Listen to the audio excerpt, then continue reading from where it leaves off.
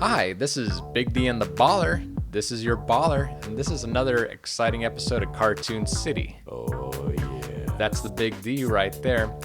So we have 3 cartoons that we've reviewed this time, and let's see if you can guess the theme. The first one is about miniaturized versions of your favorite, not really mops, not really puppets. It's Muppets. Well, and our second cartoon is about a boy called Max who goes on exciting adventures. He's pretty magical. Pretty fantastic. Pretty amazing. And the last cartoon is about little guys, little Rodents that waller on the floor. on the rug, Yeah. like rats. Yeah.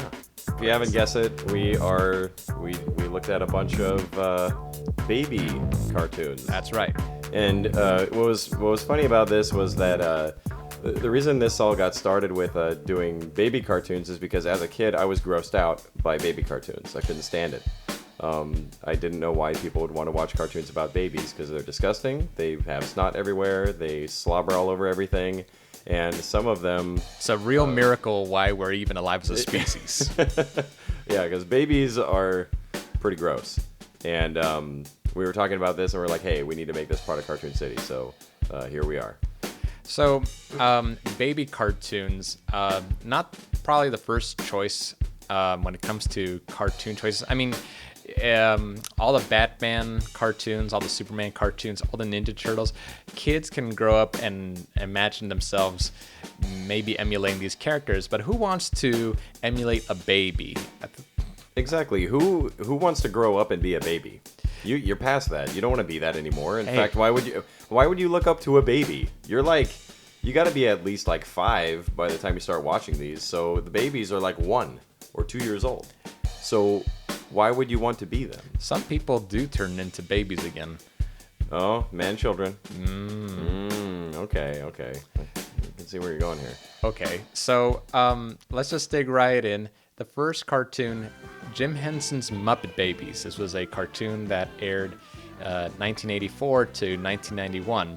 170 episodes, 7 seasons, this cartoon. This was sort of based off of a segment from the movie called The Muppets Take Manhattan. There's a dream sequence Miss Piggy has where she's imagining what all the Muppets would have been like if they had grown up together in a nursery. And the Muppet Babies is kind of loosely based on that segment. I don't remember that. Well, I already know that I have a pretty bad memory, but I don't. You know what? Maybe I just haven't seen that particular Muppets movie, but I don't remember that at all. Okay, you don't have to see that in order to watch Muppet Babies. You have my permission to go ahead and watch the cartoon without that. Well, what happens in that dream sequence? Like, what happens? If you look up Muppet Babies, the way that they're like cute and cuddly, Kermit's wearing that blue sailor outfit, Fozzie's wearing that yellow awful outfit, and Miss Piggy's in a little pink dress. The segment in the movie looks just like the cartoon. Okay. It's like, well, I mean, how did they even make those puppets work? Because they're smaller versions of the big hand-sized puppets. No idea. That's a real mystery. That's a magic of cinema, right? It's the magic of Jim Henson, who I think might have been a magician. He was definitely a magician when it came to making films, because nowadays we have 3D graphics and CG and all that kind of do a lot of that monster or kind of creature work for us, and back then they had to really kind of figure it out how to do it with puppets and stuff that you'd have to film. So I'd say he was a magician. Okay, let's no, he was a really talented guy, and he made some movie magic, that's for sure. So real quick, what was your favorite Jim Henson movie? I think it was The Labyrinth. I think so, because that one is just fun. It's got David Bowie, I like all the illusions, all the tricks of the eye that they do in the movie. I like all the different, creations, like the stone faces are like, "You shall not go any further." I'm just doing my job. Like pissed off because they're telling him not to go. Yeah, like 1,000 years just hanging around, being stone faces. Their one job is to make people freak out when they see them, and they're being told to shut up. Yeah, my favorite part in that is actually the door knockers, and how there's the one that can't hear because he's got the knocker in his ears, and the other one has it in his mouth. Can't hear. Yeah, what? No good. Can't hear anything. Like that character is. We're just the knockers. Yeah, Yeah, that's a good one. yeah. Those characters are amazing. I would agree. I think that was probably his best work. I really like it. It's like a fun for the whole family kind of thing. I watched it all the time when I was a kid, and then even as an adult, I love to show it to new people who've never seen it before because they have no idea what it's about. They don't know what they're getting into, and then they see it, and it's all of these amazing creatures that are on display. That it was really just like his workshop and artists all working together to make as many different, interesting, weird creatures as they could. So it was pretty amazing. Oh yeah. Okay, so Muppet Babies. So this was a really awesome show because in this cartoon you've got miniature versions of Kermit the Frog, Miss Piggy, Gonzo, and Animal, and they are just hanging around in a nursery as if they had all been adopted by a nanny. And Is that what happened? Are they adopted, or like is she just taking care of them during the day and then they go to nobody nap time? knows. Yeah, that's so confusing. It's to never me. explained. Yeah. Did all their parents just ditch them? Yeah, it's really weird. Yeah, we're jumping right into this. There's no real story to the Muppet Babies. It's just they're all the Muppets. You already know who they are. If you're watching the show, you've seen the Muppets before, so there's no need to do like a whole like explanation of where they come from or anything. It's just they're all there, and they just imagine things. And it's interesting because the theme song even talks about using your imagination to make to make it's. I think it says use your imagination to make your dreams come true or whatever. And really, that show is all about that. It's all about using your imagination, and anything goes in it. I mean, each episode they usually have a goal that they're all trying to work together to achieve, and they all have their own ways of doing it. And what's really great about it is that it's almost like an animator's dream because whatever they can think of, whatever they can imagine, the creators of the show and the producers just allow it. They go, oh, you wanna put a Star Wars reference in here, okay, and they just have a Star Wars reference. Even in the title sequence, you see I think it's a TIE fighter coming through like a door to go get him, and it's really great. I mean, they even use found footage to make certain scenes happen and to really make it look like their imaginations are that realistic. In fact, the first episode that we watched, they're in a submarine and it's like a box. A cardboard box that they turn into a submarine. Yeah, and it's just a cardboard box, and then they go and they look out like they act like they've submerged, and they look out and they go to found like stock footage of a destroyer. And like my brain was like, holy crap, that's live action right there in this cartoon. I was not expecting that at all.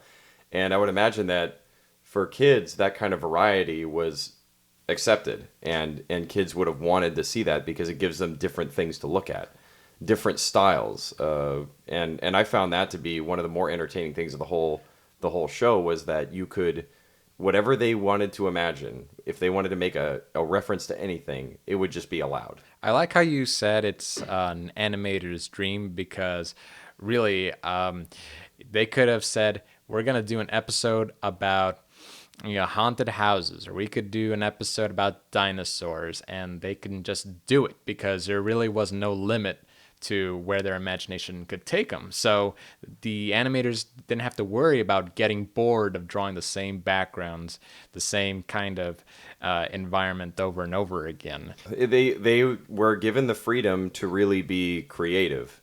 and it didn't look like it was done simply to be cheap. Like sometimes you use found footage or stock footage to try to, cut the cost a little bit. But in this show, it didn't look like they were doing that at all. Everything that they do doesn't feel shoehorned in.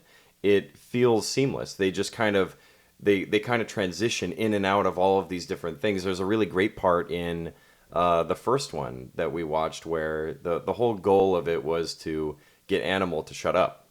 Because there's a police officer sleeping next door, and he's got to work at night. So the Muppet Babies have to be quiet, and Animal is just being Animal. Yeah, he's like yelling a lot and making a bunch of noise, and they're all trying to get him to be quiet. And there's a really great part where they're like, "Oh, let's watch TV." So they turn on the TV, and there's like an earthquake thing that happens, and then they all like start like it's almost like there's an earthquake really happening in the room. And Animal starts shaking the TV, and all these things are going crazy. And on the TV, the newscaster is like all upside down and like acting like he's also part of this whole thing that's in the room. And I was like, wow, how creative was that for them to integrate all of this into it? There's even a part where they're seamlessly going between a Superman reference into a King Kong reference. And they just kind of let it happen, and it all works because it works with those particular characters. Gonzo's pretending to save Miss Piggy and she's like Piggy Lane, right? And like Lois Lane, Piggy Lane. He's Cluck Kent. So if you're unfamiliar with the Muppets, he's got a thing for chickens, so it makes sense. And he's trying to save her, and all of a sudden, Animal comes in and decides he's going to wreck that whole thing, and he decides to basically change the channel and turn into King Kong, and he becomes like a King Kong kind of guy. And none of that felt like it was forced or unwarranted or unwelcomed. It all felt very seamless, and it was fun. We had a lot of fun watching that happen. It really did feel like the imaginations of the Muppet Babies in the playroom dictated the flow of the story. Sure, You went from Superman to King Kong, and then that turned into something else. And I think that the animation and the writing just kind of followed that, and it just had a very natural, like, this is what kids would do. Their minds really shift from one thing to another, and they don't even like think about closing up that whole Superman story. There's no closure, nothing like that. It just goes into the next story. That's it. And it really kind of felt refreshing. I mean, I remember when I was a kid, when the title sequence would come on, I'd change a channel because I found some of the voices annoying. And this is actually my only real gripe with this show is Howie Mandel. I can't stand his character voice acting. I think it's awful. Howie Mandel. He did Animal, but he also did the character Skeeter, Scooter's sister. And he also plays, Bunsen. Bunsen, Which is, he's not a doctor yet because he's a baby, so it's not Dr. Bunsen. It's just Bunsen. Mm-hmm. And I swear to God, it's the same voice. It's the Bobby's World voice. It's the same thing.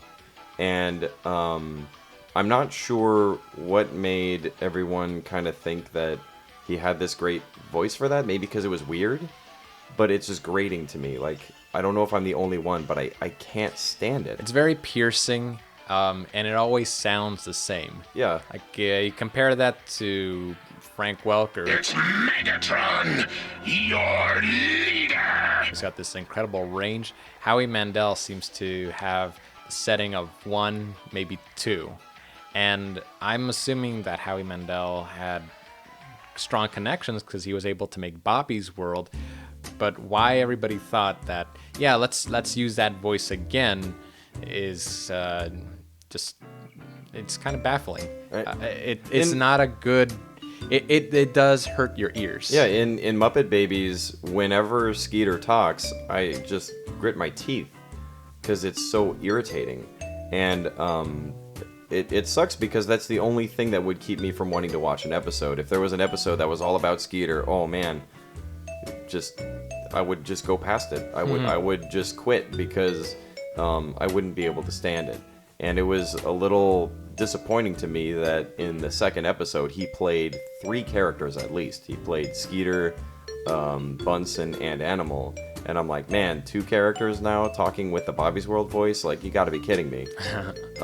So I'm surprised they just didn't give, like, Frank Welker that character. Just, like, give it to him. He'll do it right. Like, let him do it. Frank Welker was doing Kermit the Frog, and he does a pretty fine job with that. He does a great job. I didn't even realize it was him. Ah. I mean, I remember when we were going off on the list and, like, who were the voice actors in this, I was like, holy crap. Frank Welker is in everything. I mean, of course. But he actually plays a main character, and I would have never thought that he played that particular character. He does a really good impression of Kermit. I think it's just close enough to where it's Kermit, but it's far enough away where you can believe that it's a younger version. Mm-hmm.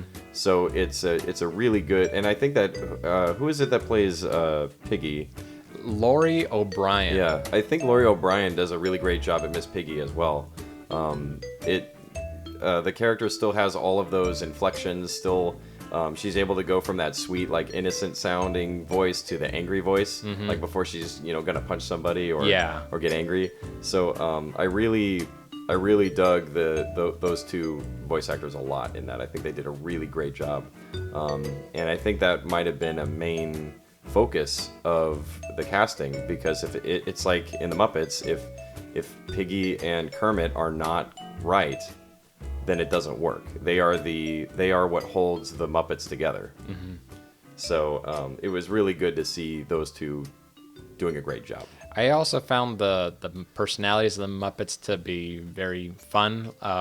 Like Ralph the dog, he's into music, obviously, but he also tends to, like, all of his jokes kind of break like the flow of the story. Yeah. Like they are turned into non sequiturs. Like he's offering advice and he's like, well, remember what my uncle always said, or he was saying, like, I remember what this old Doberman used to tell me. It's like, if you scratch once, he says if you something like, if you don't get the flea, scratch again. And he's saying, like, if you fail, once, try again, that kind of thing. And they say, like, you're expecting it to be like, well, what does that have to do with, what's going on? With what's going on here? And he says, how should I know? I'm just a dog. Yeah. And that's really great, because he's not really there to be part of that. Like, he's going along for the ride, but he's really there for those musical interludes. And I really like those too, even though their singing isn't that great. It's good to see that kind of variety. It looks like, from what we saw, every episode kind of follows a formula where they have a very, clear goal that kids would try to attain, or achieve, and they go about it in their kid ways, and they have all these imaginative ways of doing it, and at some point Rolf is going to have a musical thing that happens, and everyone's going to kind of sing and dance, and it makes it fun. The second episode was about getting over the fear of being afraid of the dark, and who hasn't dealt with that at some point? But the way that they deal with it is the dark actually is personified in a sludge monster that they're all trying to get away from. The slime monster. The slime which monster. We found was an interesting choice. And okay, yeah, because we'll get to that in a sec. So Beaker in that episode is totally afraid of the dark, and the whole show is about trying to get Beaker over his fear.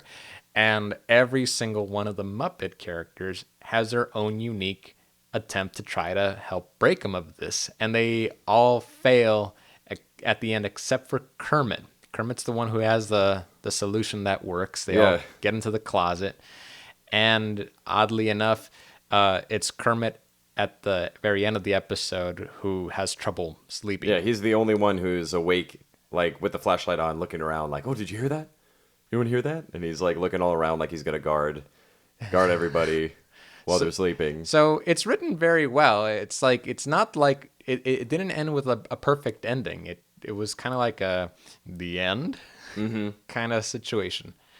Yeah, and I kind of like that, because it adds, and it's kind of weird because it's a kid's show, but I felt like it added some depth to Kermit, because Kermit's always like the guy who's got it all figured out. He's the leader of the group. And it was fun to see him actually having trouble with this thing that everybody else had gotten over. I don't think that happens that often in the Muppet universe. I was cool with that. I was like, hey, he's usually the guy that does everything right. And look, he's got troubles just like everybody else. I like that.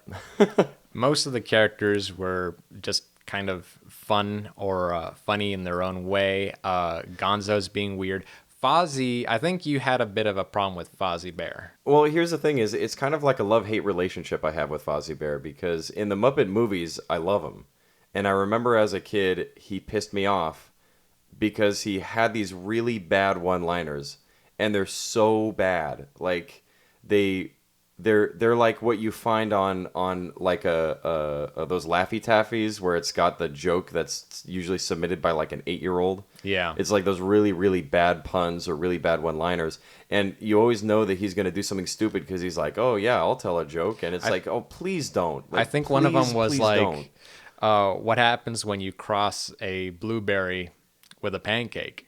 Give up a blueberry pancake. Like, that's so dumb. Like, that's not... no one thinks that's funny. Not a single person in the universe would think that joke is funny. It's almost like they're putting in there just because it's like, oh, okay, it was in the movie that he told these bad jokes. But the jokes in the movie are not that bad. They're not. They're not that bad. But then he'll have other parts where he cracks me the hell up. Like when there's a part in the trying to cure Beaker from being afraid of the dark kind of thing.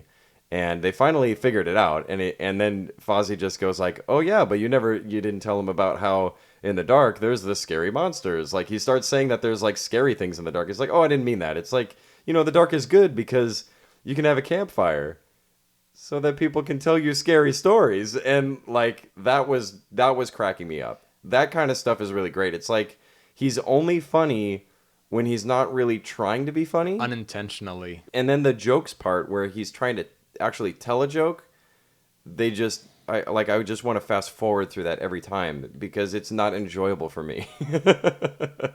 So, yeah, that's Fozzie. That's Fozzie. Yeah, and the thing is, it's probably just me. It's probably just me that has a problem with it. So, and I'm okay with that. It doesn't make it bad. So, No.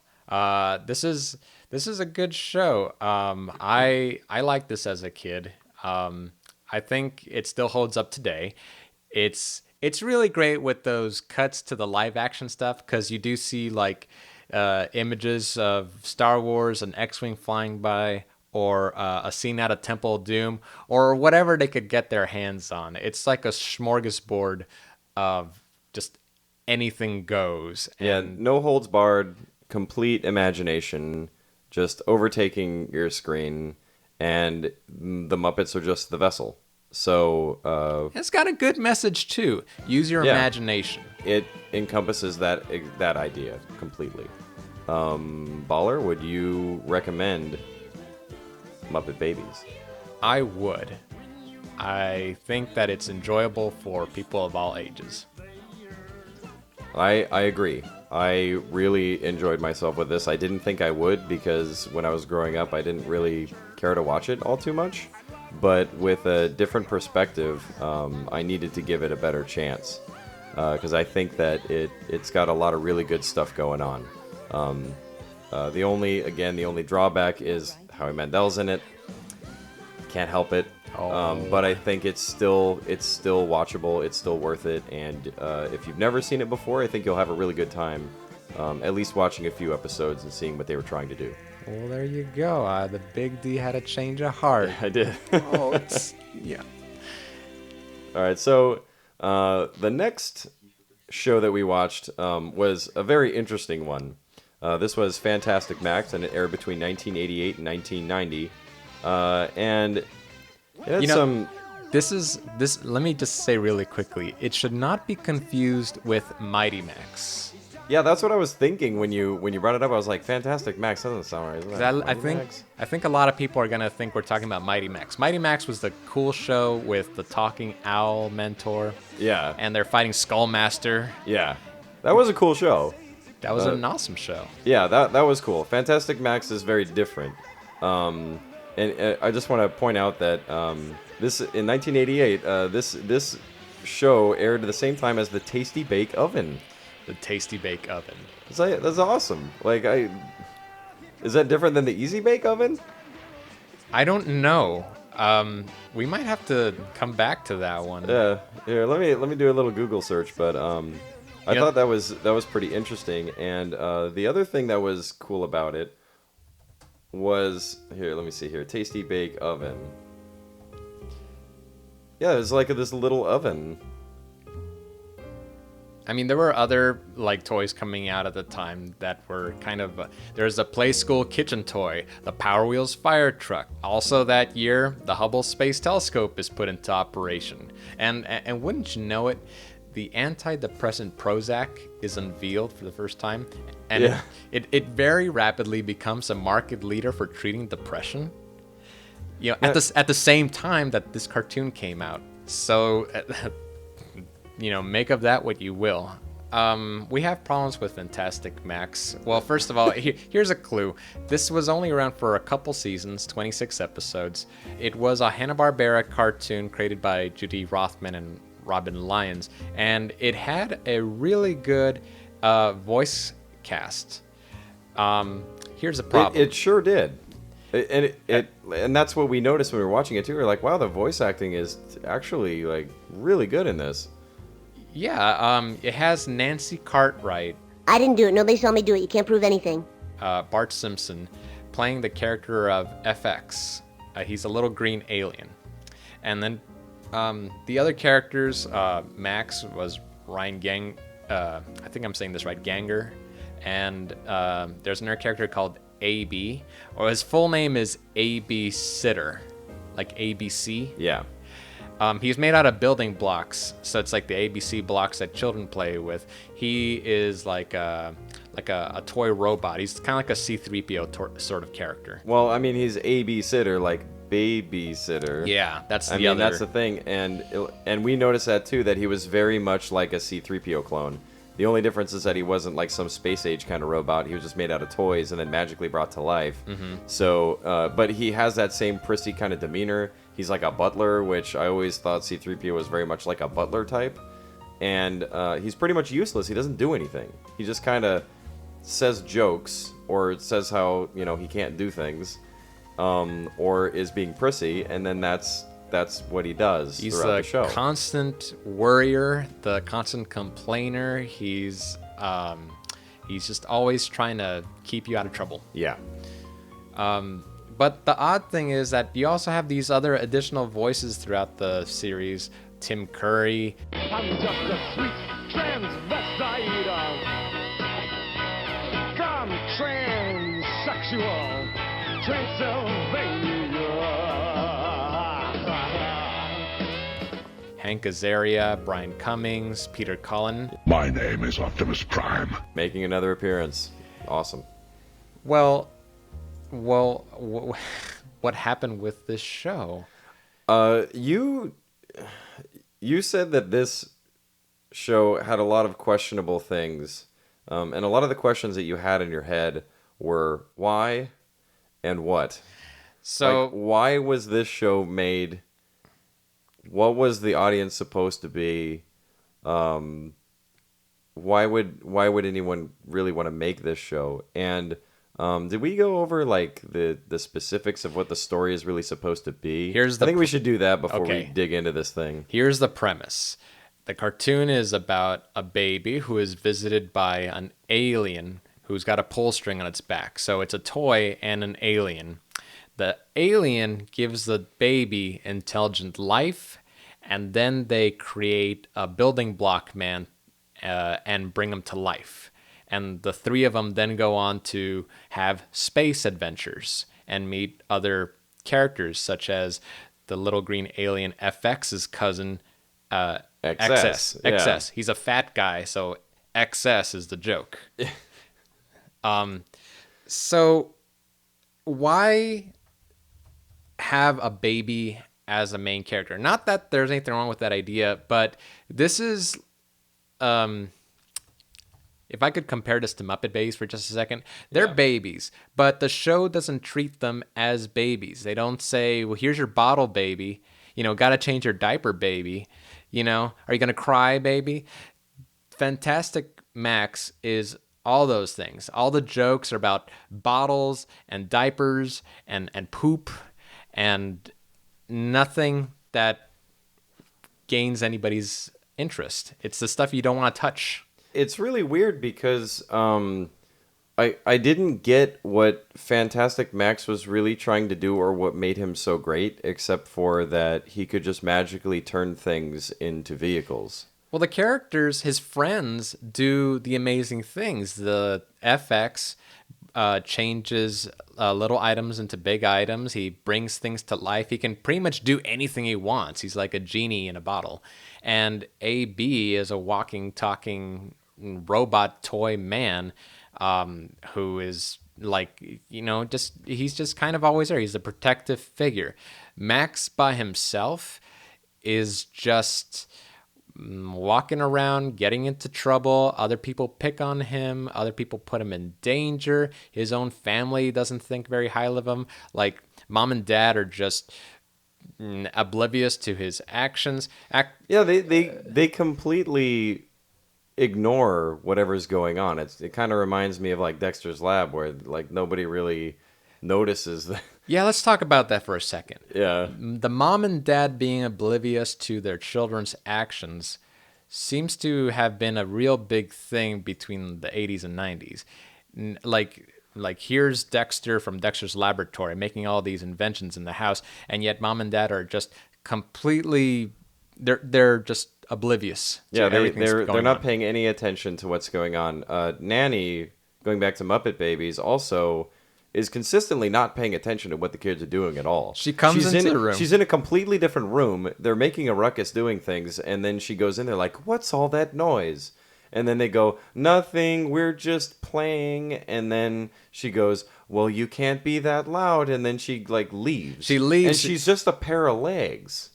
Just a pair of legs. Yeah, where does she go? Does she go off and lights up a doobie? Yeah, that's what we were talking about. Like, okay, did she just was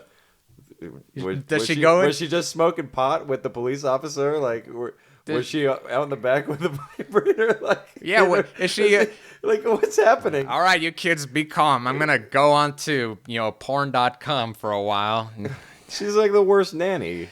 Yeah, she really is. And it's like these parents that don't realize that their kid is going off like to the Sahara Desert to go get play sand, and they just don't even realize what's going on. Like their kid's gone for days and they haven't even noticed. Were they doing that literally, like going and smoking pot while their kids were in the room playing? Well, I'm sure it was just kind of a lazy way for the writers to try and figure out a way to let these kids do what they do without supervision. But it's just every one of these cartoons seems to have that. But the weird thing is that most of the parents are faceless. It reminds me of, and I didn't realize this before, but there's a lot of shows that do that. And I think the one that does it the best is Cow and Chicken. Yeah. Because it makes fun of all that. It makes fun of the faceless people. And they're usually wearing like, weird socks or something. And I think, doesn't Ren and Stimpy do Ren it too? and Stimpy also does it. Yeah, Yeah, they also make fun of that faceless character bit. And I'm not sure why it's always apparent. I mean, when I was a kid, I saw more than just their legs. I get it that, when you're a kid, you're smaller and all that, so their legs look huge and they're like gigantic people. But the leg thing, I just don't get that. No. So I'm glad that some other animators picked up on that and decided to make fun of it, because I think it's very make funnable.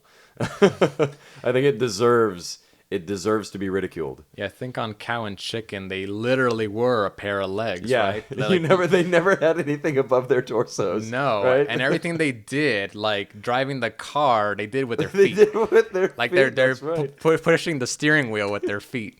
Yeah.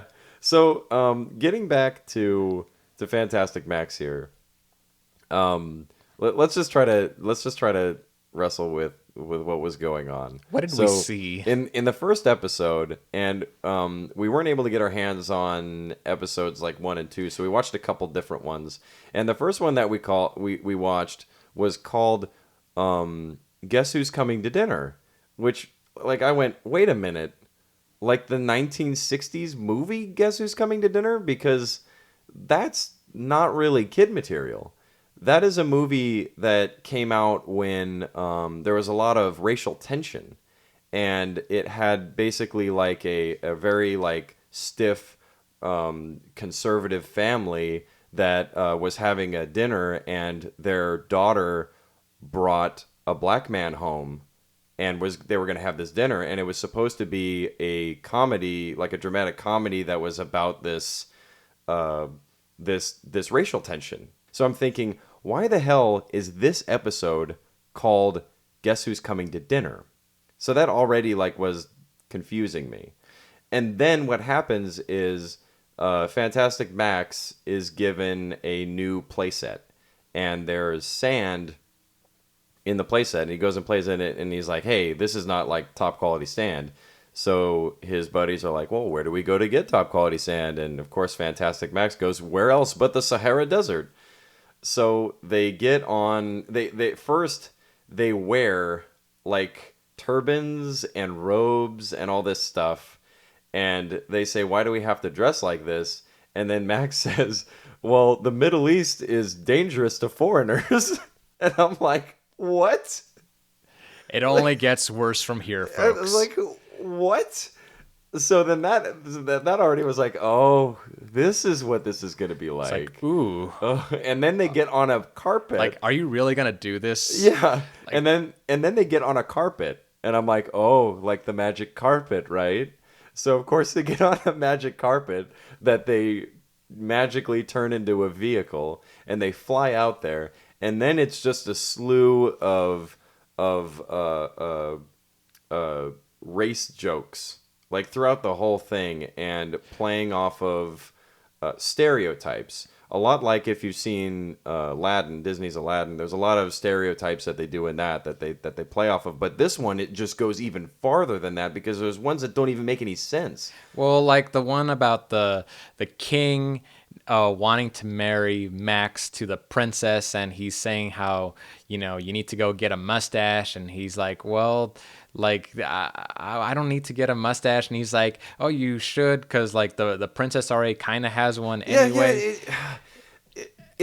And you know what? This first episode is so convoluted that I feel like I need to explain it. Okay. So that our audience can really understand what's going on. So he goes to the Sahara Desert, and there's this town, and of course there's like, people walking around, and there's this woman with gold teeth, and this thief goes and steals the gold teeth, and somehow the teeth end up with the heroes, and I think it's in FX's mouth for some reason, or in his snout. It ends up there. Yeah, it ends up in his snout, and then the cops arrest him. But they're all, of course, everything is like as if it was in the Middle Ages, because of course the Middle East never like progressed past the Middle Ages ever. The cops look like Alibaba. Yeah, they look like Alibaba, and of course they got those like scimitars, and they're all like, if you've seen Aladdin, you know what I'm talking about. It's the same kind of shtick. So like they go to the dungeon. And then for some reason, like Fantastic Max is confused with the Sultan's son who disappeared. And like, even though that was 20 years ago or something, he thinks that it's a baby. Like Max is a baby. He's an infant. And he confuses that infant for his 20-year-old son or whatever. And the craziest thing is that they're playing all these racial stereotypes, but this guy is, who was he? He was... Jimmy Durant. Yeah, he was a Jimmy Durant character.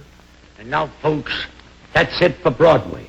And then there was a bunch of Jew jokes going on. Like, they were, like, everybody else was Jewish. Like, the Sultan and his family and everybody were all Jewish, doing, like, Jewish stereotypes. And I'm going, what the hell? And then he's got to go somewhere to go get a mustache in order to marry this princess, and Max just goes along with it. He's just like, okay, and he just goes.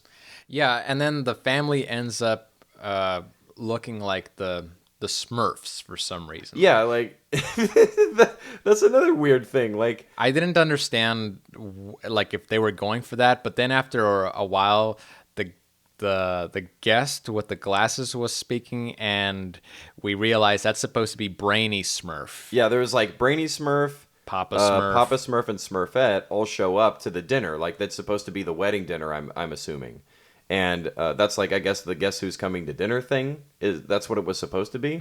So while they're all getting ready for this feast, and they're like I don't know why they were supposed to be the Smurfs. There's even a part where they go, they say something about like. Yeah, Smarty to the glasses guy, and you're like, oh, geez, can you rub it in anymore? Like they already look like. I mean, are they saying that people in the Middle East with turbans on and all that like look like Smurfs? Is that the joke? I think that's the joke. Really? It just dawned on me right now that they think that people in the Middle East look like Smurfs. Is that what you were doing, cartoon? I feel like that's what they were doing. So this is the other bizarre thing. They go out to the desert, and there's two stories that are happening. First, FX and what's the robot's name again? AB. AB, yeah. They get saved by the friends of the thief who planted the teeth on them or whatever. You're starting to confuse me. Do you remember that? Yes, I do. But man, like listening to all these things, I see what you're saying so about convoluted. getting lost into this story. Yeah, and I'm trying not to lose the audience, but they need to understand how crazy this is. I don't think you should watch it. I think you should just listen to what I'm saying, just so you can get the main gist of this story. So like these buddies of that thief save them, and they go out to the desert. And then there's like you notice that one of the tombs or whatever it was supposed to be out in the desert looked like a croissant. Yeah, there's like a sand dune that looked like a croissant, right? And then there was another one that looked like a sesame bun. And then they say open sesame. and it's like, oh no. And they go, oh well, we used to live in a Kaiser roll, but and then I was like, oh my god, are they really doing that? Like this is weak, like weak pun. And then for no reason I can understand other than somebody wanted to do their impression, Groucho Marx appears, and he is the genie, and Fantastic Max has to give the password in order to get the mustache, which is Groucho Marx like trademark mustache and nose thing. And then he says dirty diapers for no reason. And then that's the password. Dirty diapers is Fantastic Max's catchphrase. And it's not over. Like they go back and they have the dinner, and it's the Temple of Doom shtick, where all the food is this weird stuff that they're eating. And then I was fully expecting that they actually say like, and for dessert kind of thing. And I'm like, let me guess, chilled monkey brains, right? And it's not. It's pig snouts. And I'm thinking, now I'm going to be stereotypical here. I go, now, why the hell would it be pig snouts when everyone's supposed to be Jewish and Jews don't eat pork? Totally baffling. They weren't even consistent with their stereotypes. Yeah, I think that this went over the boundaries, actually, of stereotypes. And I think it was just getting into some racism at that point. And I'm not trying to be like racist and saying, oh, well, all Jews don't eat pigs or whatever. I'm just saying that if they're going to make the stereotype jokes, which they were doing the whole time, at least be consistent so it looks like you were trying to do a thing. It looked like they just had like it was just confetti of different racial jokes and stereotypes throughout that entire episode. So the second episode we watched was a little less on the racial vibe. And I'm wondering if someone told them not to go that route anymore, because that was pretty rough, dude. It was really hard to watch, honestly. It was like watching one of those like banned cartoons that are just they're just, a product of their time, and nobody really wants to see it anymore because it just shows how ignorant people were back then. And banned cartoons? Sorry, you're gonna have to explain that. Oh, well, like do a search like on YouTube or something else and look up banned cartoons, and you'll probably find cartoons from the 1930s and 40s that are about, I don't know, like American cartoon characters fighting Japanese characters, and the Japanese characters always look grotesque in some way. Oh yeah, they I remember that. Well, I mean, I've seen Bugs Bunny ones where they made him have like the big teeth and the Yeah. ridiculous eyes and stuff like that. I'm like, wow, that's racist. Or like the other typical thing was like if the characters would find themselves on a tropical island, they're surrounded by cannibals, and of course the cannibals all have black skin and really big lips. Oh, and, that's right, that's right. You know, Yeah. like that was It was pretty close to being on par with that. I would agree. At least the subjects that they were going over, I was like, this is taking animation back quite a few decades. Well, when you said you made the reference to Guess Who's Coming to Dinner, that's 1960s, and Yeah. this cartoon came out in like mid 80s. Well, 1988, man. So who is going to get that joke? Kids Yeah. aren't. I got the feeling that there was some producer who made these kinds of decisions, and they were just out of touch with modern audiences. I agree. So we did get to see one other episode of Fantastic Max, and that was about, crazily enough, overcoming your fear, which was very similar to the Muppet Babies we saw about getting over your fear of the dark. It was called Boo Hoo. And they both had a slime monster. They both looked kind of similar too, didn't they?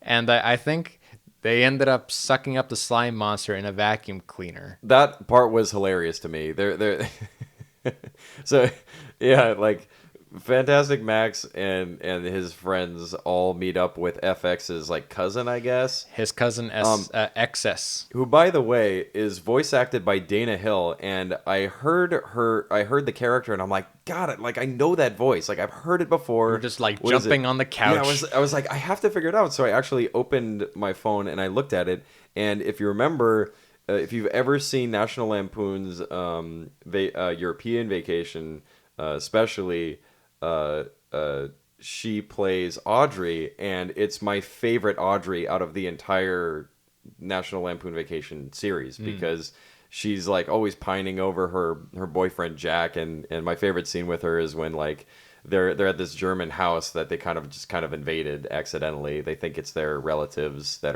live in Germany or whatever, and they're passing around these sausages, and she looks at these giant like sausages that are obviously phallic, and she just goes, God, I miss Jack. and like that just kills me. So I was like dumbfounded that she was in this thing. I was like, holy shit, I had no idea that she was actually a voice actress. So that was pretty great. What happened with the second cartoon we saw is they eventually have to overcome Mr. Magoo. Okay, so the joke there is that they're referencing Mr. Magoo, who's a blind-sighted old man that gets into trouble. But Mr. Yeah, that was an old cartoon. Again, another reference that kids aren't really gonna get. Yeah. So Mr. Magoo, And the worst part about Mr. Magoo is he's not blind. he's not. He's not blind. Yeah. Oh my god. He runs a planet where he just makes like scary things appear, like bats and evil trees and ghosts and things. And the heroes are trying to prove to each other that they're brave and stuff like that. So they ended up getting into giant spiders' webs and fighting off ghouls and stuff like that. But all of their challenges end up being like really pathetic ones. They get over. They get past all these things rather easily. Yeah, the spider just like jumps on its own web and it falls through. And I was like, well, thank God that's over. I mean, Yeah. wow, I was really sweating there. So there's Didn't know no- how they were going to get out of that one. There's no tension in this cartoon. It's supposed Yeah. to be an adventure show, but you never get the feeling that the heroes are in any sort of danger. No, and they don't really fight back either. Like just to kind of go back to what you were talking about, which was the vacuum cleaner scene, which was my favorite part of the Fantastic Max episodes that we watched. Period. There's this house, and AB has found himself in there, and he is being hunted by this slime monster. Which we're like, hey, wait a minute, slime monster in this one. There was a slime monster in Muppet Babies. What the hell is going on with slime monsters? Is that what kids are scared of, or is it just easy to animate? So I don't know. I'm not an animator. So anyway, he like AB just goes into this closet and he's like, "Oh, you better leave me alone, or I'm gonna use this." And it's a vacuum, and he just goes, "Okay." So he sticks out this vacuum, and the slime monster is the most depressed-looking, sad monster I've ever seen, and he just gets sucked into the vacuum. He just gets sucked up into the vacuum, and I'm like, "Oh my god, that's so sad." And I was cracking up because he gets was sucked up. depressed. He gets sucked up so slowly. Yeah, and it's so slow, and oh, that killed me. And then later, Fantastic Max, I guess, no, not Doctor, Mr. Magoo finds out that Fantastic Max is the most brave of all the characters that are in his little trap world or whatever it is, and he straps him into this chair, and Fantastic Max makes no attempt to escape. He just sits there and waits for this experiment to happen. He's sitting there like the Smurfs movie when they tie up Papa Smurf in the chair and they're going to extract the Smurf stuff out of him. And in this case, it's like courage that they're going to suck out of him and put into the fly type contraption. Yeah, it looks like the transporter thing from The Fly. Yeah, and then his disguise is taken off, and we find out that Mr. Magoo is a it's a chicken. He was a chicken the entire time, and he wanted to extract courage out of them because he was a chicken. He was a literal chicken. You get it? You get the joke? Yeah, like if you're going, ugh. Where's Fozzie's why did the chicken cross the road joke when you need it? It was bad. I mean, we were doing face palming in our hearts. Yeah, well, I was doing it physically because it was really hard to get through that. When they took off the masks Scooby-Doo style, I just was like, really? Like, we're doing this now? And then when it showed it was a chicken, and they don't even say like, oh, it's a chicken. They go, it's a babak babak. Like they all do that. Not funny, not interesting, no tension. I didn't feel the sense of adventure. I didn't feel like the characters really did much to get out of the situation. But the redeeming thing in it, I think, was that the voice acting for most of the characters, I would say Fantastic Max, no, but the other ones were pretty good.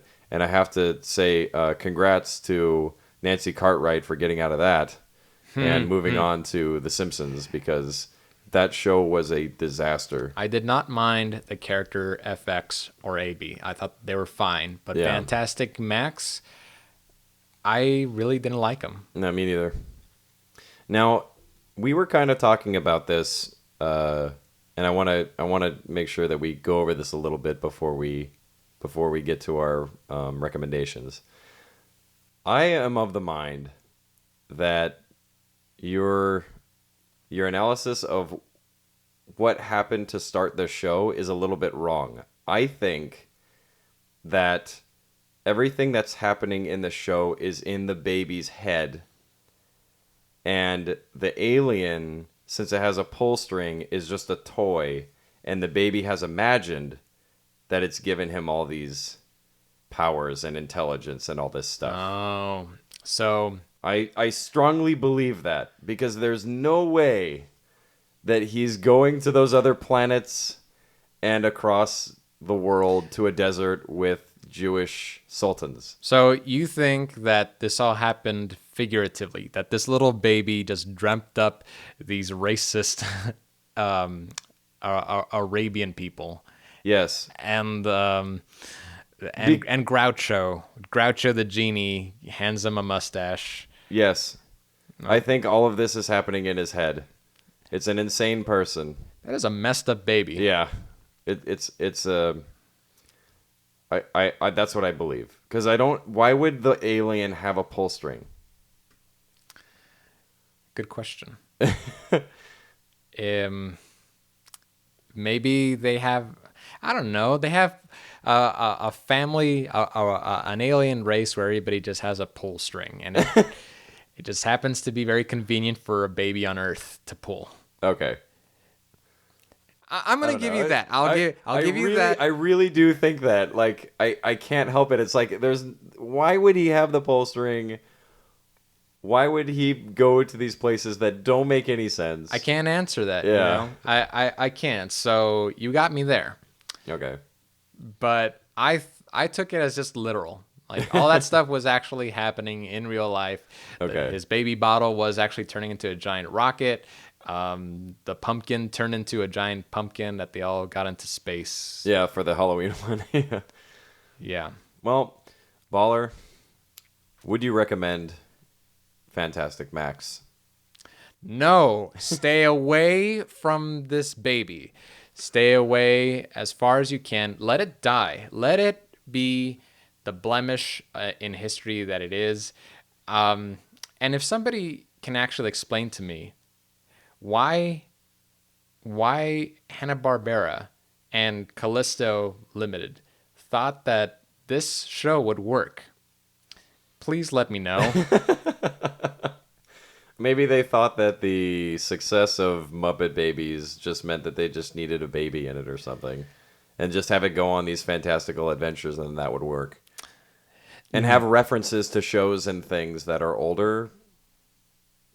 The answer is no. Yeah. No, it didn't work. It didn't work. That's for sure. Big D, would you recommend Fantastic Max? Resounding no. I think that this is something that should never be unearthed and should remain buried for many years to come. Probably under that sand croissant. Yeah. I mean, it deserves the same fate that the very racist cartoons of old during like the war periods where they were really, really doing the racial shit. It deserves to be buried and forgotten about like those. I really do. It's pretty weak. It's not malicious in its stereotypes. It's just very poor. It's very ignorant. Yes, it's incredibly ignorant, and I don't think that the writers really knew what direction they were trying to go with a lot of the writing in this. I'm as baffled as you by who would have thought that this would have really worked. And I can understand why it only lasted 2 seasons. I'm surprised it lasted more than one. Yeah. I think that somebody must have been really pushing for this to be a main show of theirs, and it looks like it was just falling apart. So, yep, there we go. Well, we have one more. I know that a lot of people are going to remember this show, so I'm going to do my best to give it the credit that it deserves. The last show we watched is Rugrats. This was a popular show lasting from 1991 to 2004. That's 15 years. No, wait. My math is off. It's 9 plus 4 is 13. Thank you. Yes. Yeah, sorry. That's all good, thank man. thank you, brain. Yeah. You did it right. 9 seasons, 172 episodes. That is a lot of episodes in 1990s time. Didn't it also have movies? I Oh mean, my gosh. this was a huge phenomenon. Even like you could say that this show was as much a part of pop culture as anything during that time period, especially when it first came out. I remember everybody watched this show when I was growing up. The Rugrats movie, Rugrats in Paris, Rugrats Gone Wild. That's the one with the Wild Thornberry crossover. That's right. And there was eventually a spin-off series called All Grown Up, where all the Rugrats are in teenagers going to high school. Yeah. This was created by Arlene Klasky and Gabor Ksupo and Paul Germain for Nickelodeon. It was one of the first 3 Nicktoons that Nickelodeon created on their network, alongside Doug and Ren and Stimpy. Those were all great. I mean, Yeah. I mean, I know we're kind of jumping a little bit ahead, but I was that actually is shocking to me that those were their three to start, and everybody was watching those. Mm-hmm. Everybody who was growing up at that time period were watching those cartoons every day when they went home. So, Rugrats was so popular that it was only surpassed by SpongeBob SquarePants in terms of episodes. It was the longest running Nickelodeon cartoon until SpongeBob came around. Now, the creators, Klasky and Supo and their company, they used to animate Simpsons cartoons. And eventually they wanted to branch out, and they brought us the Rugrats.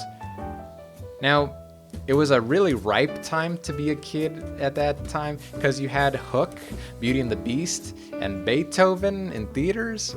And like the shows, Home Improvement, Blossom, Clarissa Explains It All. Are You Afraid of the Dark? Are You Afraid of the Dark? Man, we tried to go back and watch some of that, and that was different. Well, it was very different. It's best. Some things are best not going back. Yeah, and but rewatching. I mean, if you play video games, Sonic the Hedgehog, Final Fantasy II, Street Fighter II, the Super Nintendo, yeah, Yeah. it was. Man, that was a crazy time. So that was like a great time to be a kid. So, the Rugrats, Tommy, Chucky, Phil, and Lil. Angelica, I think that's the best character of the show. Angelica? Might be. And then Susie. We didn't see a Susie episode, but she's the little black girl who eventually joins the rest of the cast. Yeah. And the voices, Chucky was played by Christine Cavanaugh. She was also in Darkwing Duck. She was Gosselin. Yep. That I remember when we watched that, I was like, man, I can't stop seeing Chucky. It was really bugging me. you nailed it. There was the other voice actors. Tommy was played by E.G. Daly. Phil and Lil were both played by Kath Saucy, I think. Is that how you say her name? It might be Sousy. Suchi, maybe? Suchi. Not sure. I'm really sorry if I'm mispronouncing this name. I really apologize. And Susie Carmichael is played by Cree Summer. Angelica, Cheryl Chase. So, Big D, what did you think about Rugrats? I'll start with what I thought when I was growing up and then move on to what I thought this time when we watched it. So I haven't seen anything Rugrats for many, many years. I'd say over probably at least more than a decade. I didn't even see anything to do with Rugrats. And when I was a kid, I found it one of those shows that I couldn't stop watching, but I also thought that there was something really kind of gross about the way that it was designed. Like I think that Tommy is one of the ugliest babies to ever be in any show. He's got this head that's like an old man head. He's got like a potato head. Yeah, he's got like this huge bump in the middle that looks like, I don't know what happened, like his head was formed all stupid for some reason. And the way that they do the textures in it makes everything look filthy. Yeah, everything has like a weird cross-hatching or a weird texture on it. And it reminds me of when you leave like a piece of candy bar on your dashboard of your car, and then the sun melts it, and like dust and pieces of hair get stuck onto it. So, yeah, that everything looks like that. Yeah, and that's a really good analogy. And the way that the even the adults, the way that they look, there's no smooth lines really. You know what I mean? Like no straight, smooth kind of lines on anything. Everything has bumps to it, and everything doesn't, like, nothing really looks nice and neat. Everything is like the polar opposite to Samurai Jack. Yeah, where everything is very crisp and clean. Mm-hmm. In this, everything looks very gross and very, maybe gross isn't the right word, because I think I know what they were trying to do. How about organic? Yeah, and the textures they were trying to really capture probably what things really kind of look like. Nothing is really clean like that. When you look at your carpet, it's not like crisp and clean like in, a bunch of cartoons that you might see. They really make it look like it's lived in. Their clothes look like they were put on, but they weren't like pressed. They're like if you just threw your, dress shirt in the dryer, never, ironed it or anything, you just put it on. When I was a kid, I saw that and I was kind of grossed out by it. There's some other things that really kind of were gross to me as well, and Chucky was one of those characters because the way that the voice is done and the way he's designed makes it like he's got this like huge snot bubble that he's still got in his nose that he's never gotten out, and he's just waiting to blow it on you. And that always kind of like grossed me out, especially with him. Like that character, I just couldn't get over. But I found myself still as a kid watching it for some reason. It's kind of a weird thing. It's like SpongeBob. You realize how dumb it is, and there's like these really dumb things that are going on, but you just can't stop looking at it. You gotta keep doing it. I wonder if they did the design of the characters the way they did to sort of mimic children's drawings, like with crayons and stuff, because they're kind of crude and they have rough edges. Well, maybe not crude, but they're very, they're like scattered. It's done that way intentionally to really try to capture what things look like, I believe, to try to capture what things look like when you're a kid. That's how I saw it. Some of the things I don't know. Like Angelica's hair looks like she's a plastic person with a plastic head. Her hair is just a yellow plastic part that's just kind of snapped onto her head. That's what it looks like to me.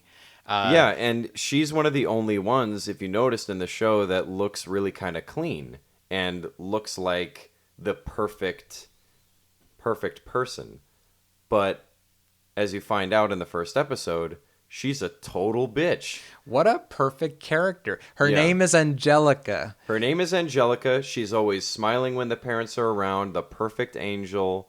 When they're around her, she always looks pretty. She pretends like she's like, the princess and this stuff. And then once the parents turn their backs, she turns into a total bully and just is mean. To be mean. Did you ever know little girls like that? Yes. I sure did too.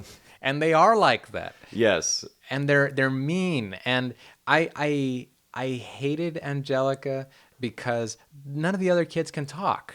They're at the mercy of what their parents think and what Angelica tells them. She's like the warden. And she's the biggest and the strongest out of all of them. That's simply right. Because she's older. And I don't know about you, but when I was very young, like that kind of age, the bullies were always the girls because they were bigger. For whatever reason, I always found it that the girls, all the way up through, I think it was like third and fourth grade, were the ones who tended to be the bullies. And once you got past that, then the boys ended up being the bullies.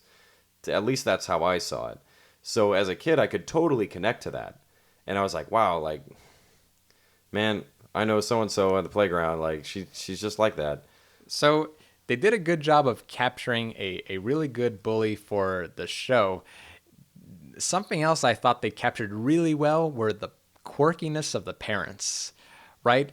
Yeah. You have Dee Dee, Tommy's mom, who is kind of like the perfect mother. She's always trying to make all the food like as healthy as possible and trying to raise Tommy by the books, which are all written by Dr. Lipschitz. Yeah. That's really clever. Yeah. Well, I mean, I think it's clever. Maybe you think it's crude. It is, because it's like they're just they don't know what they're talking about. They're just talking shit. Yeah. I think that's the idea. Like, it's Yeah. literally Lipschitz. Like, everything coming out of it is just a bunch of bullshit. Yeah. And I love that character, because if you know someone who's having their first child, that's what they do. Yeah. They read up on it. They get all the health food. They go, even in that first episode, it's Tommy's first birthday, and she's got to make everything perfect. And the first thing that she does is try to feed him perfectly, and telling Stu that he's doing it all wrong. he's got to like distract the kid and do this when he probably could have just fed him and it would have been just fine. But no, she's got to make sure everything is done exactly as it's told in the book. Tommy's That's dad. fantastic. Tommy's dad is a kind of a failed toy maker. He's an inventor. He's definitely an inventor type. He's kind of goofy and weird, and he's very lovable. He's a very charming character. What's great about it is that they didn't go the total like you would expect him to be wearing glasses and have like the tight shirt and the tie and like all this like inventor stuff. Yeah. But they just made him kind of like this guy who just never shaves really. Like he's always busy working on his inventions in the garage or in the basement or whatever. And the way that he talks and the way that he does things is very natural. Like he's like a guy that you just hang out with at the bar. He doesn't seem like it until he starts just talking about his inventions, and he's like, oh, it's got all this and it's going to take these kind of batteries and blah blah blah, it can do all these amazing things, and he just goes crazy on it. And I really like what you said about that they were able to really capture parents in really kind of like in their habitat, because they're all these young parents. And it's all these people that you start to eventually meet as you get older, and your friends start having kids or getting married and all this stuff. They kind of turn into these people. They turn into these weirdos. Yeah. We were when what's her name? The sister. It's escaping me. Are you talking about the one that the gym girl? Okay, Phil and Lil's mom. Yeah, isn't that Dee's sister or no? Or is that just friend? I think that's just their friend. Oh, okay. So anyway, like Phil and Lil's mom, whatever her name is, I don't think they really they probably mentioned it like once. It's out there somewhere. Yeah, we don't have it in front of us right now. We'll get it. But she's hilarious because she comes in and she's all like, into these workout clothes, and she's all like sporty and all this stuff. And then her husband walks in, and he's that B type that's like, he looks so pathetic. He like it. I feel so bad for him, but at the same time, it's like I know some couples that are like that, where the husband is not the one wearing the quote unquote pants in the relationship, and the wife is doing like all the stuff. She, like, when I look at it, I go, she's probably the one with the job. She's also doing all this like workout stuff. She's staying fit. She's active. She's the one who tells everyone what they're doing. All this stuff. But he still has his own voice, and he still has his own passions and things. But it's really funny to see that because these are people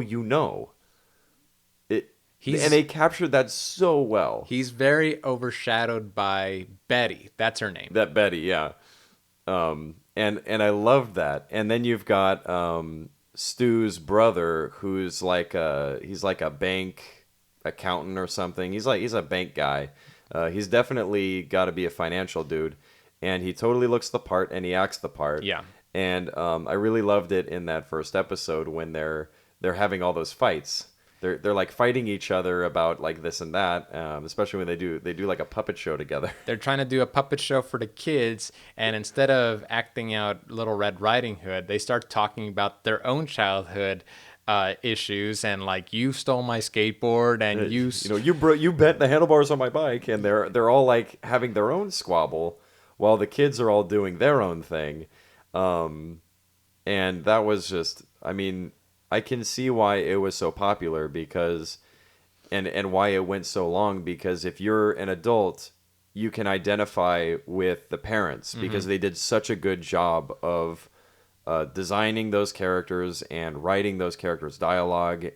And then you can also identify with the babies, because when they're doing things, it's adventurous and it's fun.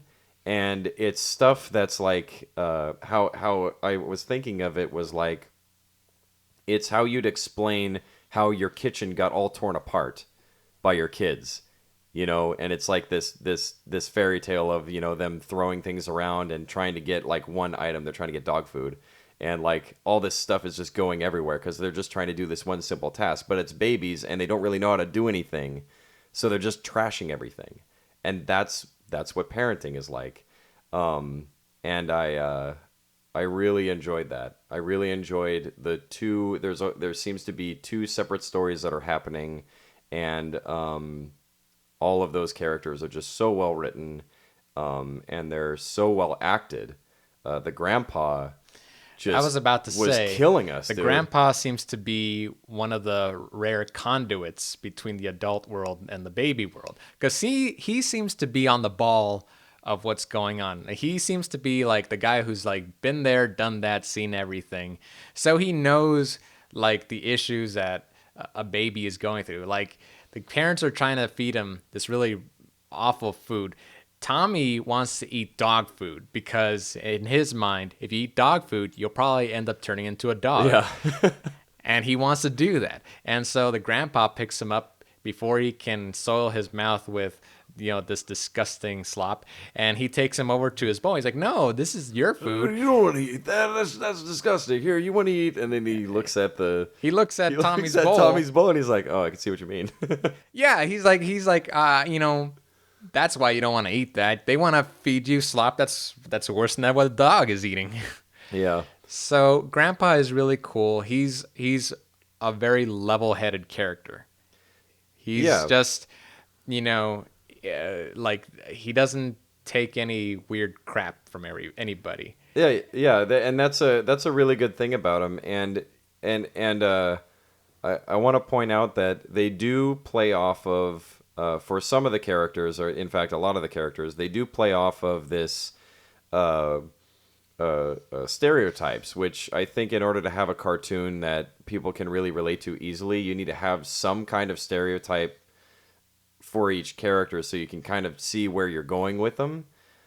And they could have easily gone a really stereotypical old guy route where he doesn't know what's going on and he's got Alzheimer's disease and he's got all this kind of shit. But they didn't do that. He does do the, I had to walk, 50 miles in the snow kind of the whole thing.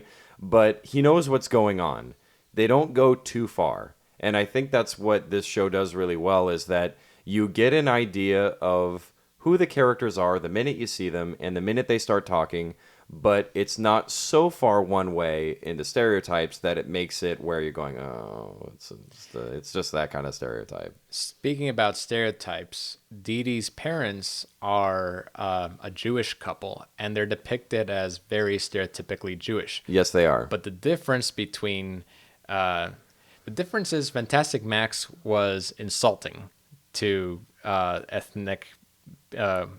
ethnicities of people. Yeah. This cartoon celebrates those differences and is very playful with their eccentricities. I agree. I think it was more of there's some really neat things that they do with it that you don't even notice maybe in your first watch. Because it's not just the stereotype of like them being a Jewish couple. They're not just doing that. There's also the fact that they're Dee Dee's parents, and Stu is the son-in-law, and he's like kind of like a failure. Yeah. And there's a really great part where they're at Tommy's first birthday and they're unwrapping the gifts, and he is really excited about this hover thing that he made. And he goes to try to make it work, and it's not working. And he's like, "Oh, I forgot the batteries. Where are they?" Like looking all around, and he can't find the batteries. And the father-in-law just like gets up and leaves in disgust at his son-in-law. It's a really great moment, and I just was like, "Oh my god, they really did that." He insulted him in a way that an adult of his age would insult somebody. Yeah, and they do it visually. He doesn't do like a whole obvious, like they don't go like one shot of him and he goes like, "Oh my god, he's such a failure," and then he walks away. They do it very subtly, and it's very nicely done. And that's why I think it feels very natural in how they were able to depict parents really in their environment. This is them in their arena. They just doing regular everyday activities, and they really feel like people you know. So can we talk about that for a quick second? You mentioned earlier that it seems like there's two different stories being played out. It seems like there's the world that the children inhabit, and then there's the world that the parents inhabit. Yes. And it seems like it was very much in the creators' minds that the message might have been that parents don't always know what's best for the children, and that maybe if they explored more of the children's world, they'd have a better connection with their children. And I think this show is trying to show how these two worlds eventually will come together. But Yeah. for now, you have to accept these two bizarre realities. I think that's a pretty good way to put it. There are usually, like in the Tommy's first birthday, the parents are just doing their thing. Dee Dee's trying to make the perfect birthday happen, and then everybody else is kind of trying to help her, but at the same time hindering it because nothing is going right. Because that's just how families are. Nothing goes right. People fight, especially if you have two siblings that have a long history of just picking on each other and doing that kind of thing. I know that my grandma and my aunt, man, like every gathering, that was them. Like the way that Stu and, what's his name? Drew? Yeah, Stu and Drew, the way that they fight with each other was the same kind of stuff that my aunt and my grandma would fight about. Just like they would just fight. And then that was just what would happen. And those all come together because the kids end up being the most important thing. At the end of the first episode, they all kind of come together and be a family regardless of whatever the fighting was, because, oh, look how cute the kids are and we're a big family. And that I think that first episode is what I would consider a perfect pilot. If that was the pilot, I'm assuming it was because it was episode 1, they did a damn good job with that. I was impressed by a lot of the shots that they chose, because some of it was really ambitious. When they're, doing the perspective of Tommy during parts of it, I'm thinking, wow, that's really hard to animate. You got to get that perspective just right, because if you get it wrong, it's going to look really weird. But the animation style allowed that kind of distortion to happen. And since it was through a baby's eyes, it allowed that to happen as well. So nothing felt out of place. The animation felt perfect for what the stories that they were trying to tell. The characters felt very real and very fun and interesting. I didn't feel like I was offended by anything that had happened. I didn't feel bored. The voice acting was really good. There were no voices that really bothered me. Chucky's voice, although it's disgusting to hear it, I think it's perfect. It's perfect for that character, and it's perfect for that kind of show, because that's what they're trying to do. They're trying to get it as if these were like real kids. And yeah, I really enjoyed it. So, Big D, would you recommend the Rugrats? Absolutely. I would say that when I was a kid, I was a little on the fence about it, and I would say that, especially critically, I would say that this is something that if you are an aspiring character artist, or someone who really wants to see a show that put a lot of care into the details to really tell a fun story for kids and parents, I say definitely give this show a chance. And I think you'll be very happy with what you see. I agree. As for myself, I would also say, please watch this show. This is it's very obvious now why it lasted for so long. Watching it back then wasn't my favorite show, I'll be honest. I was more of a Ren and Stimpy fan. That was a great show. Me too. Yeah. But I enjoyed it from the kids' perspective. Time has passed, and now I can see what they did with the adults. And all these lights are going off in my head and going, oh, that's what was going on the entire time. This is a lot more brilliant than I had given credit. It was better than I thought it was. Yeah. So, yes, this gets full points, A+. Go watch it today. Yeah, I think that's a good idea. So what I want to discuss a little briefly is something that's a little scary. And that's the rumors that I've heard of what this show is actually supposed to be about. And from what I understand, people believe that the babies, for the most part, are all dead. that they don't exist in reality. That the show is actually about coping and how horrible the parents are and the kids are at coping with kids' deaths. What do you think about that? Well, Big D, you've got me kind of yeah, you kind of gave me chills a little bit. I think we're gonna have to explain a little bit more in detail, like this theory, because I think it just happened to appear on the internet one day. Somebody suggested that most of the kids, except for Angelica, had died, and all the adventures that we're seeing in the episodes are through the perspective of Angelica and possibly the parents. And there are now online explanations as to what each one of the kids represent. And because of the detail and the creativity of the fates of these children, it lends to the imagination a lot of credibility. So you can have fun with that all the way and let yourself kind of play, Doctor Who psychologically on yourself. Just kind of let your mind freak out a little bit. Yeah, if you want to look it up, I'll just give you a quick rundown. That the basic idea of this is that the Rugrats are just a figment of Angelica's imagination. She's the only one that's actually alive, and that Chucky died with his mother. I don't think you ever see Chucky's mom throughout the entire show. And Tommy was stillborn, and Stu is constantly trying to build toys because he can't get over what happened.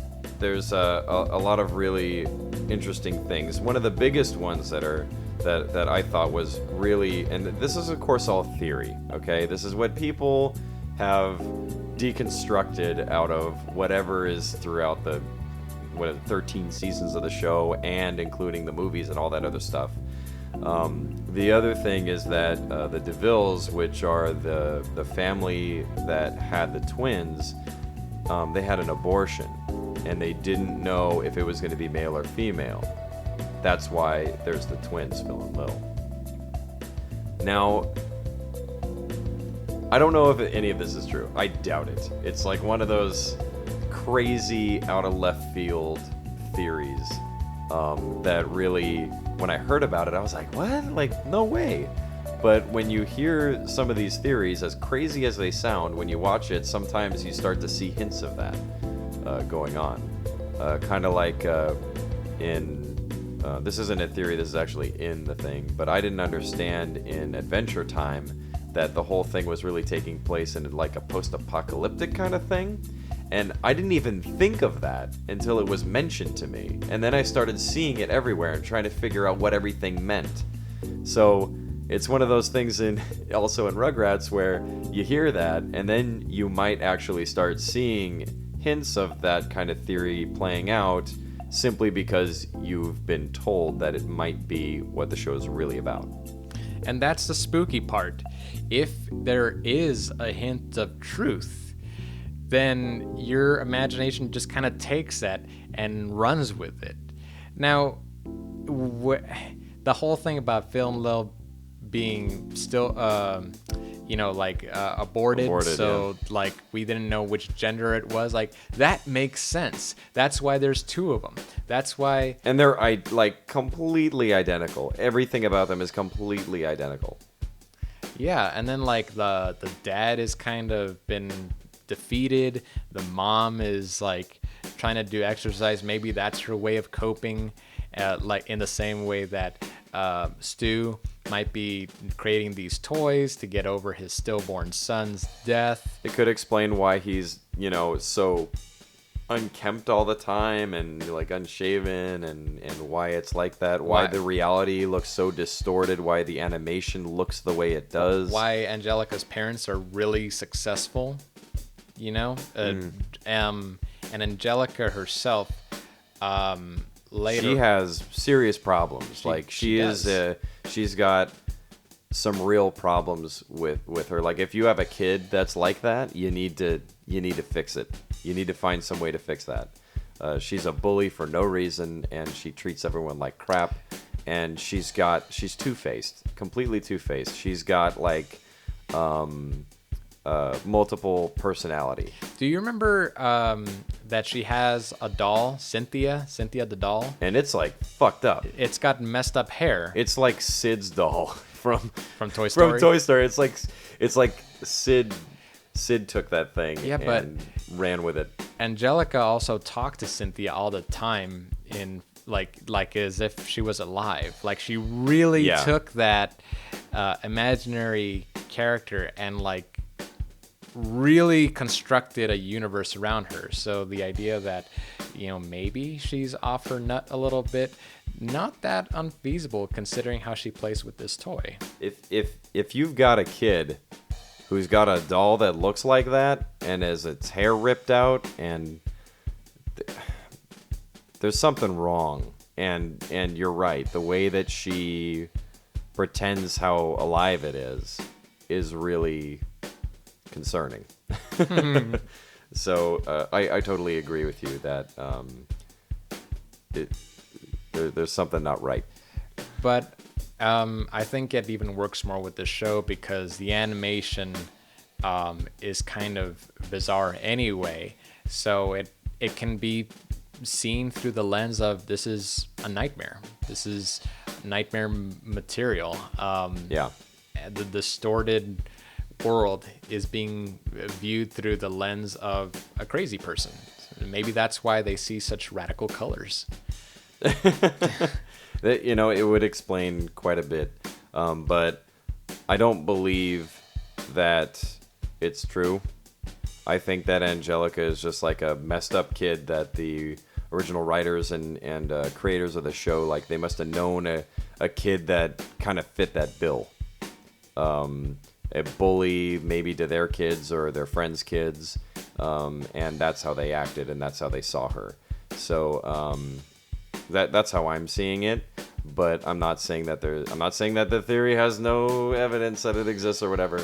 But I'm saying that I'm pretty sure that that's not the original intent of the show. Well, but it's always fun, isn't it? Yes. To speculate.